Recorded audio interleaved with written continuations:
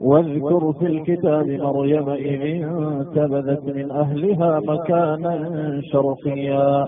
فاتخذت من دونهم حجابا فأرسلنا إليها روحنا فتمثل لها بشرا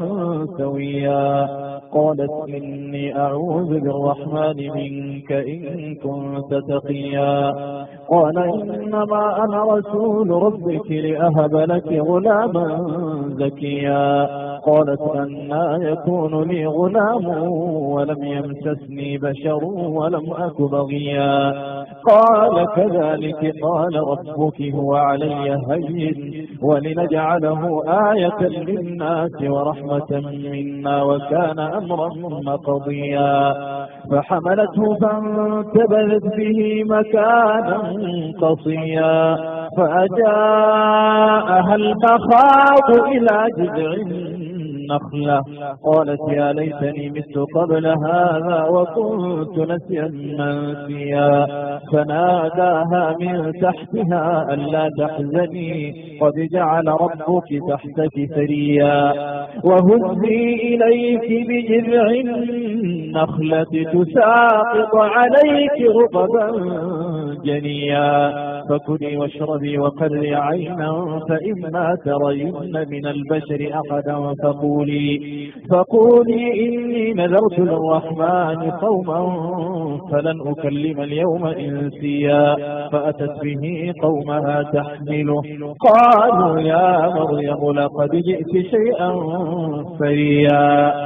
يا أخت هارون ما كان أبوك امرأ سوء وما كانت أمك بغيا فأشارت إليه قالوا كيف نكلم من كان في المهد صبيا قال إني عبد الله آتاني الكتاب وجعلني نبيا وجعلني مباركا أينما كنت وأوصاني بالصلاة والزكاة ما دمت حيا وبرا بوالدتي ولم يجعلني جبارا شقيا والسلام علي يوم ولدت ويوم أموت ويوم أبعث حيا ذلك عيسى بن مريم قول الحق الذي فيه يمترون ما كان لله أن يتخذ من ولد سبحانه إذا قضى أمرا فإنما يقول له كن فيكون وإن الله ربي وربكم فاعبدوه هذا صراط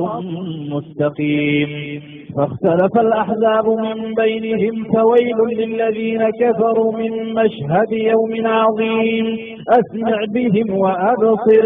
يوم يأتوننا لكن الظالمون اليوم في ضلال مبين وأنذرهم يوم الحسرة إذ قضي الأمر وهم في غفلة وهم لا يؤمنون إنا نحن نرث الأرض ومن عليها وإلينا يرجعون